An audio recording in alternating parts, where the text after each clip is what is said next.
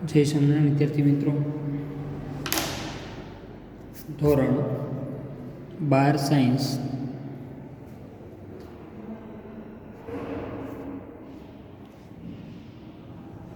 રસાયણશાસ્ત્રમાં આપણું જે current chapter છે એમાં ઇન સંયોજનો, બરોબર, એનો ખૂબ જ અગત્યનો કન્સેપ્ટ આપણે જોવા જઈ રહ્યા છીએ આજે,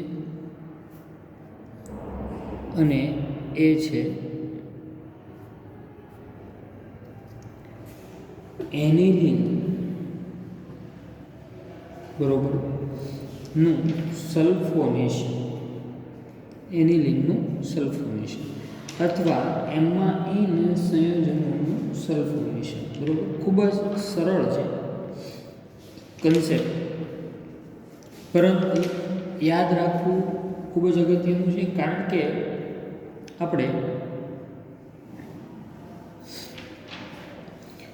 આની પહેલાં એનિલિનનું 2 ટોપિક જોઈ ગયા છે, એનિલિનનું નાઇટ્રેશન અને બ્રોમિનેશન.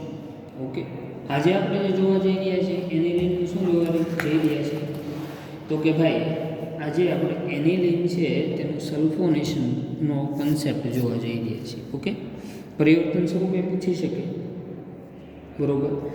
તો ચલો, આપણો પ્રશ્ન છે આજનો, એનિલિનનું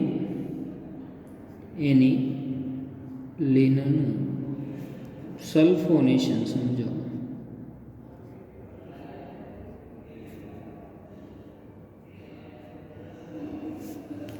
એનિલિનનું શું સમજાવવાનું છે?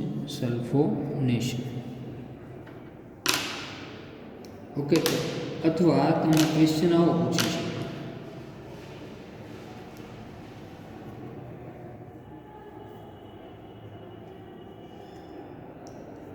પરિવર્તન આપો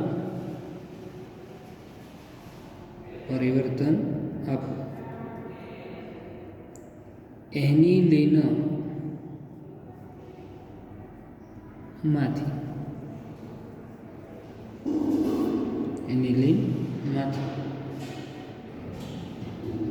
સલ્ફાનિલિક એસિડ, એનિલિનમાંથી સલ્ફાનિલિક એસિડ. તો બહુ જ ઇઝી છે, બરોબર ભાઈ. શું કરવાનું છે એમાં આપણે, તો કે ભાઈ અહીંયા એક જ કાર્ય કરવાનું છે, અને એ કાર્ય શું છે કે ભાઈ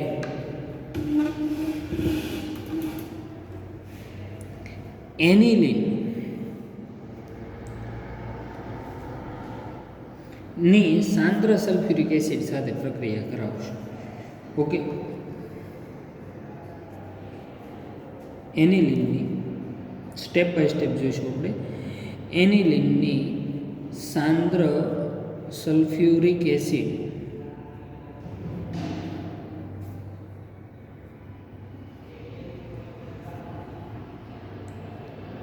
સાથે પ્રક્રિયા કરીને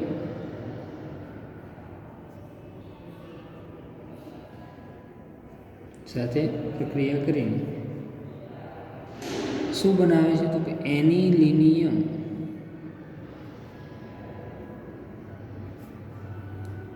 હાઇડ્રોજન સલ્ફેટ બનાવે છે. કઈ રીતે? સૌથી પહેલાં તો એનિલિન એટલે આપણને સ્ટ્રક્ચર ખાસ તો યાદ આવવું જોઈએ તરત, કે ભાઈ બેન્ઝીન વલયની સાથે અહીંયા એમિનો ગ્રુપ જોડાયેલું હોય, પ્રાથમિક એમાઇન ગ્રુપ જોડાયેલું, તો એને શું કહીએ આપણે? એનિલિન અથવા બેન્ઝીન એમાઇન, એનિલિન અથવા બેન્ઝીન એમાઇન. ચલો, એની કોની સાથે પ્રક્રિયા થાય છે? સલ્ફ્યુરિક એસિડ એટલે H2SO4. સલ્ફ્યુરિક એસિડ આપણને ખબર છે કે ડાયપ્રોટિક એસિડ છે, એટલે કે 2H+ મુક્ત કરે છે. મોનોપ્રોટિક એસિડ હોય તો 1H+ મુક્ત કરે, પણ sulphuric acid step by step પહેલાં 1H+ ને પછી પાછો બીજો H+, એવી રીતે H+ આયન મુક્ત કરે. એટલે આપણે આમ લખીએ H+ અને HSO4- આયન. તો આ જે આયન છે એને કયો આયન કહેવાય? બાયસલ્ફેટ આયન કહેવાય. તો કે યસ, બાયસલ્ફેટ અથવા હાઇડ્રોજન સલ્ફેટ આયન. ઓકે, તો આપણને ખબર છે કે એનિલિનમાં એક બંધકારક ઇલેક્ટ્રોન યુગ્મ હાજર છે, તેથી સલ્ફ્યુરિક એસિડનો H+ નું શું કરશે, એક્સેપ્ટ કરશે, સ્વીકાર કરશે અને અહીંયા કંઈક આવો આયન બનાવશે.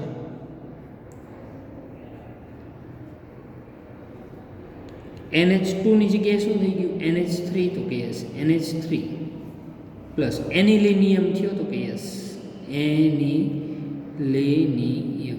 નાઇટ્રોજન ઉપર પોઝિટિવ ચાર્જ આવ્યો. વાય? બીકોઝ નાઇટ્રોજને પોતાનું ઇલેક્ટ્રોન પેર H+ ને દાન કર્યું છે. ઓકે, એનિલિનિયમ આયન આવ્યો, તો કે યસ.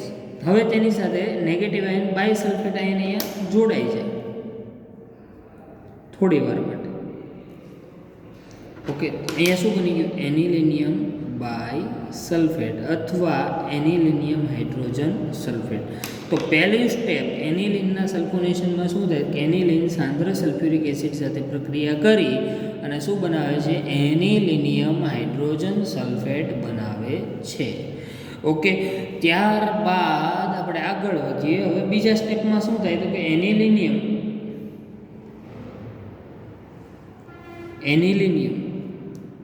હાઇડ્રોજન સલ્ફેટને અથવા એનિલિનિયમ બાયસલ્ફેટને એનિલિનિયમ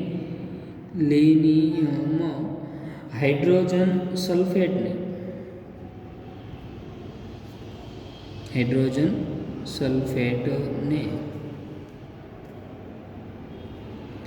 સલ્ફ્યુરિક એસિડ સાથે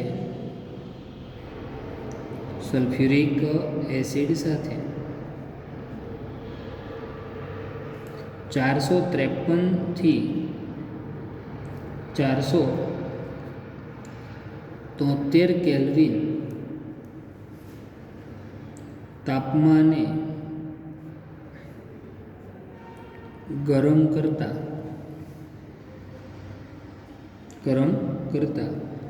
મુખ્ય નિપજ પેરા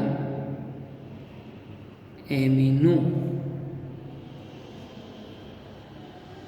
બેન્ઝીન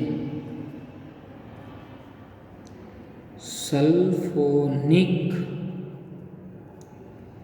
એસિડ મળે છે. કોની પ્રક્રિયા કરી છે તો કે ભાઈ જો એની આ સૌથી પહેલાં એનિલિનની કોની સાથે પ્રક્રિયા થઈ, સાંદ્ર સલ્ફ્યુરિક એસિડ, એટલે મને શું મળ્યું, એનિલિનિયમ બાયસલ્ફેટ. આ એનિલિનિયમ બાયસલ્ફેટને એનિલિનિયમ હાઇડ્રોજન સલ્ફેટ પણ કહી. એનિલિનિયમ હાઇડ્રોજન સલ્ફેટને કોની જોડે, સલ્ફ્યુરિક એસિડ સાથે 453 થી 473 ટેમ્પરેચરે હીટ કરો છો. ચલો, એનિલિનિયમ હાઇડ્રોજન સલ્ફેટ, તો યસ.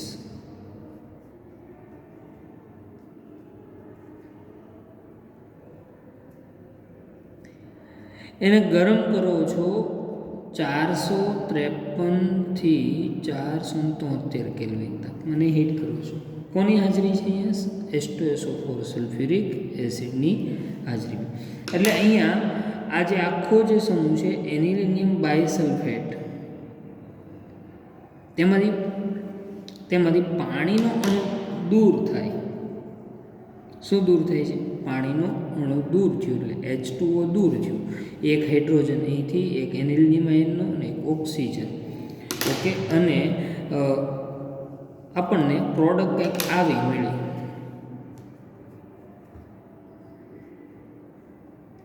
ગરમ કર્યો એટલે પાણીનું અણુ શું થયું, દૂર. NH2 H+ મેળવો તો એ ગુમાવી દીધું. બાયસલ્ફેટમાંથી એક હાઇડ્રોજન ને એક ઓક્સિજન, એટલે H2O. ચલો શું વધ્યું તો કે એક સલ્ફર, ઓક્સિજન 3 અને હાઇડ્રોજન, એટલે કયો સમૂહ છે, SO3H.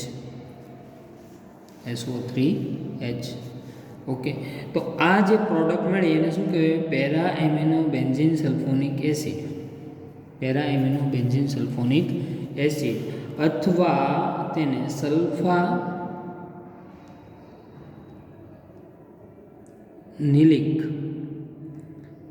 એસિડ પણ આપણે કહીએ છીએ, અથવા તેને આપણે શું કહીશું, સલ્ફાનિલિક એસિડ. ઓકે, તો આ બાબત અહીંયા ખાસ ધ્યાન રાખવાની છે. જોઈએ હવે તો આ આપણી પ્રોડક્ટ મળી ગઈ. ટોટલ 2 સ્ટેપમાં પ્રક્રિયા વાત પૂરી થઈ. ઘણી બધી વખત છે ને સલ્ફાનિલિક એસિડ છે ને બરાબર, એ દ્વિધ્રુવ તરીકે વર્તે. બરોબર. તો તમને આ તમારું અહીંયા પૂરું થઈ ગયું, પરિવર્તન આપો એનિલિનમાંથી સલ્ફાનિલિક એસિડ, તમે સ્ટેપ બાય સ્ટેપ લખી નાખો એટલે વાત પૂરી થાય. ઓકે, તો આપણો ક્વેશ્ચન પૂરો થયો. હવે ઘણી બધી વખત શું થાય છે તો કે ભાઈ અહીંથી આપણો ક્વેશ્ચન શરૂ થાય છે. ઓકે, એનિલિનમાંથી સલ્ફાનિલિક એસિડ, બરોબર. ચાલો અહીંયા જોઈશું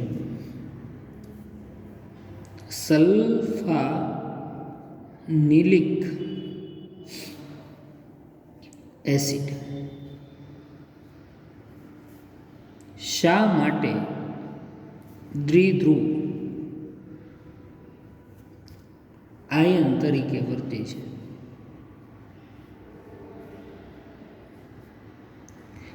આ પ્રશ્ન છે એનો આમ તો બહુ સરળ આન્સર છે, પણ એને સમજવા માટે અહીંયા જોઈએ આપણે.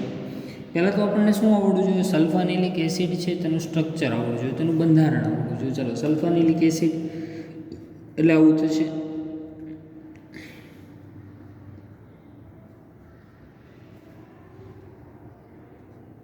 NH2 ને એક બાજુ કયું ગ્રુપ આવ્યું? SO3H. હવે એમાં સલ્ફાનિલિક એસિડની અંદર એક ઘટના બને, પ્રોટોનનું શું થાય? સ્થાનાંતર. અહીંથી H પ્લસ આયન સ્થાનાંતર પામી અને ક્યાં જાય? NH2 પાસે, કારણ કે ત્યાં તેને કોણ લલચાવે છે? નાઇટ્રોજન ઉપર રહેલા લોન પેર, બરોબર. એટલે એ ત્યાં જશે. ઓકે, એટલે હવે આખો આ જે સલ્ફાનિલિક એસિડ અથવા એનું બીજું નામ શું આપણે લખ્યું હતું? Para amino benzene sulphonic acid, para amino benzene sulphonic acid અથવા સલ્ફાનિલિક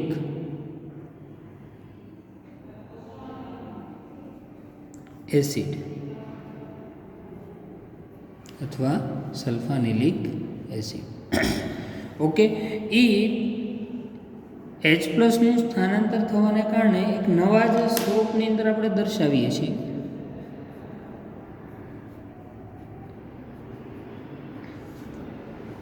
NH2 ની જગ્યાએ શું થઈ ગયું? NH3 plus. એટલે આ ધન આયન થયો તો કે યસ, ધનધ્રુવ થયો તો યસ, ધનધ્રુવ, સોરી, ધન આયન નહીં, ધન ધ્રુવ તો કે યસ. અહીંયાથી કોણ દૂર થઈ ગયું તો કે H પ્લસ, એટલે અહીંયા શું બન્યું? SO3 minus. તો આ કયો છેડો થયો? ઋણ ધ્રુવ. તો આને આપણે સલ્ફાનિલિક એસિડ છે તેનો કયો આયન કહીએ છીએ? આપણે અગાઉ પણ શીખી ગયા છીએ એમિનો એસિડમાં ઝ્વીટર આયન. કયો આયન? ઝ્વીટર આયન. આપણે યાદ કરો એમિનો એસિડના સ્ટ્રક્ચરમાં, બરોબર, કંઈક આવું હતું. NH2 અને બીજું શું આવે તો કે COOH, બરોબર, હાઇડ્રોજન ને R. તો એમાં આ એમિનો એસિડ છે. તો એમિનો એસિડ પણ દ્વિધ્રુવ તરીકે હતા, આપણને ખબર છે, દ્વિધ્રુવ આયન સ્વરૂપે જોવા મળે R, બરોબર. એની સાથે કાર્બન, અહીંયા હાઇડ્રોજન જોડાયેલું હોય તો અહીંયા COO માઇનસ આયન, ને અહીંયા કયો આયન બને તો કે NH2 plus, NH3 plus. Okay, H plus અહીંયાથી એસિડનું કોણ મેળવતું હતું? NH2 હતું. આ શું હતું? એમિનો એસિડનો ઝ્વીટર આયન હતો તો કે યસ, એમિનો એસિડનો ઝ્વીટર આયન. ઓકે, તો ઝ્વીટર આયન એટલે શું તો કે દ્વિધ્રુવ આયન, કે એમાં ધનધ્રુવ પણ હોય અને ઋણ હોય. તો ઝ્વીટર આયન સ્વરૂપે કોણ જોવા મળે? સલ્ફાનિલિક એસિડ આપણને જોવા મળે છે. ઓકે, તો આ બાબત અહીંયા ખાસ ધ્યાન રાખવાની છે. તો એનિલિનની 3 પ્રક્રિયાઓ આપણે પૂરી થઈ. એનિલિનનું બ્રોમિનેશન, ઇલેક્ટ્રોન અનુરાગી વિસ્થાપન પ્રક્રિયાઓ છે આ બધી, બરોબર. ત્યારબાદ એનિલિનનું નાઇટ્રેશન, અને ત્યાર પછી હવે આપણે જોવાના છે એનિલિનની ફ્રીડલ ક્રાફ્ટ પ્રક્રિયાઓ વિશે થોડીક ચર્ચા કરવાની છે. MCQની અંદર આપણને પૂછી શકાય એટલા માટે ચલો એનિલિનની ફ્રીડલ ક્રાફ્ટ પ્રક્રિયાઓ વિશે થોડીક ચર્ચાઓ કરીએ.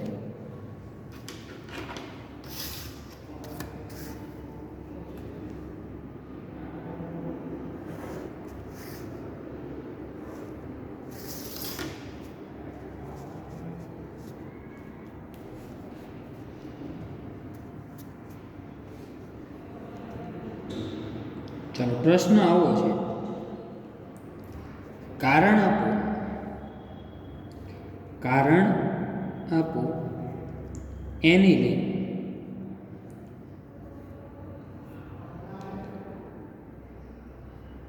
ફિડલ ક્રાફ્ટ્સ પ્રક્રિયા આપતું નથી. ચલો ફિડલ ક્રાફ્ટ પ્રક્રિયા આપણે ધોરણ 11 માં ભણી ગયા, બરોબર. ફિડલ ક્રાફ્ટ વિશે આપણે 11મા ધોરણમાં ભણી ગયા. અહીંયા પ્રશ્ન એવો છે કે એનિલિન જે ફિડલ ક્રાફ્ટ પ્રોસેસ આપતું નથી, શા માટે? ઓકે, તો એનું મુખ્ય કારણ એ છે, અહીંયા જુઓ કે એનિલિન છે, સોરી ફિડલ ક્રાફ્ટ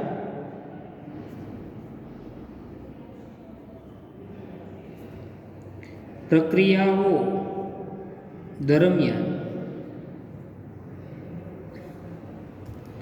ઉદ્દીપક તરીકે એલ્યુમિનિયમ ટ્રાઇક્લોરાઇડનો આપણે ઉપયોગ કરીએ છીએ.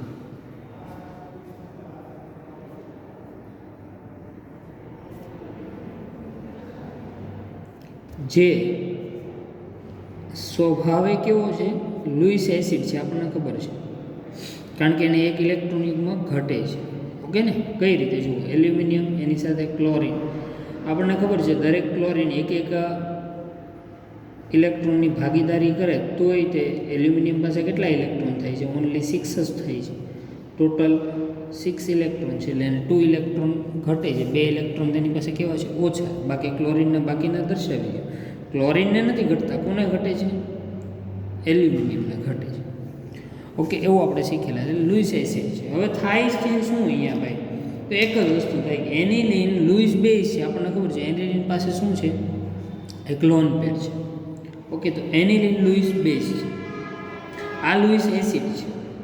ઓકે, એટલે એ પ્રક્રિયા થશે એટલે શું બનાવશે? સોલ્ટ બનાવશે. તો કે યસ, બરોબર. તો અહીંયા એનિલિન લુઈસ બેઝ હોવાથી તે એલ્યુમિનિયમ ટ્રાઇક્લોરાઇડ AlCl3 એટલે કે લુઈસ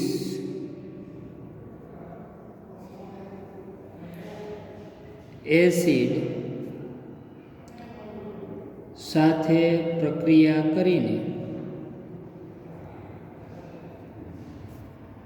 સોલ્ટ એટલે કે ક્ષાર બનાવે છે. શું બનાવે છે? ક્ષાર. ચાલો જોઈએ એનિલિન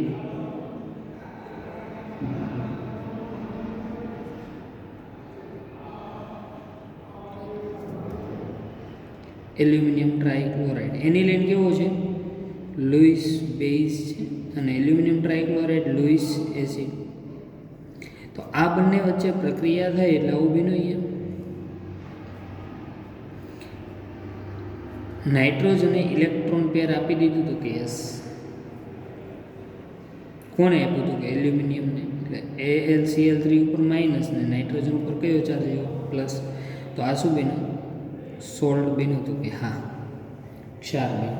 તો ક્ષાર બન્યો એનોય કોઈ વાંધો નથી, પણ નાઇટ્રોજન ઉપર કયો વીજભાર આવ્યો? તો કે પોઝિટિવ આવ્યો. પરિણામે આખો જે એનિલિન NH2 સમૂહ હતો એ સક્રિયકારક હતો, એના બદલે કેવો બની ગયો? નિષ્ક્રિય બની ગયો. બરોબર. અને પરિણામે બેન્ઝીન વલયમાં અહીંથી ઇલેક્ટ્રોન યુગ્મનું વિસ્થાનીકૃત જ નથી થતું, સસ્પેન્શન જોવા જ ન મળે. એટલે આખું બેન્ઝીન વલય છે એમાં ઇલેક્ટ્રોન ઘનતામાં શું થશે? ઘટાડો આવશે. અને આથી એનિલિન ફિડલ ક્રાફ્ટ પ્રક્રિયાઓ છે તે આપતું નથી. ઓકે, તો ખાસ યાદ રાખશો અહીંયા કે ક્ષાર બનવાને કારણે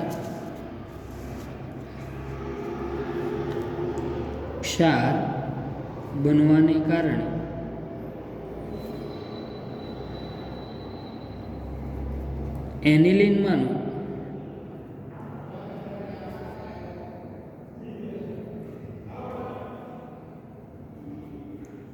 નાઇટ્રોજન પરમાણુ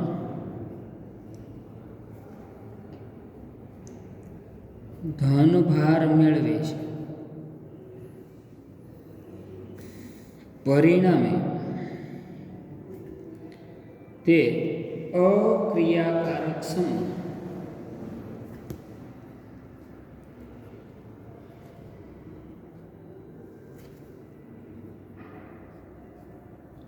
તરીકે વર્તશે.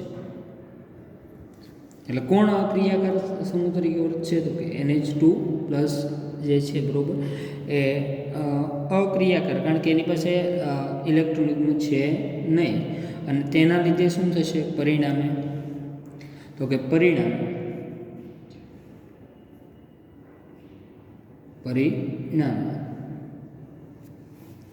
બેન્ઝીન વલય છે, પરિણામે બેન્ઝીન વલય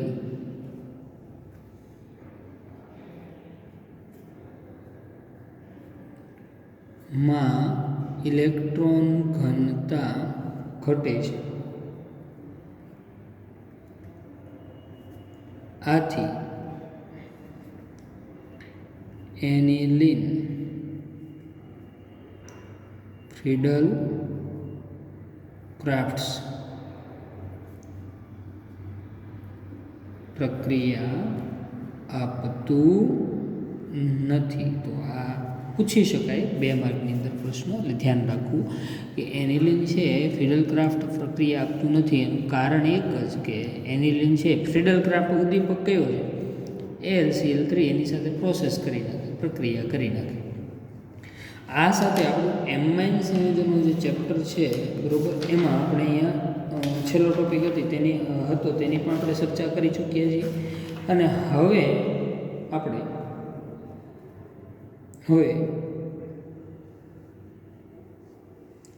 આગળ વધીએ તો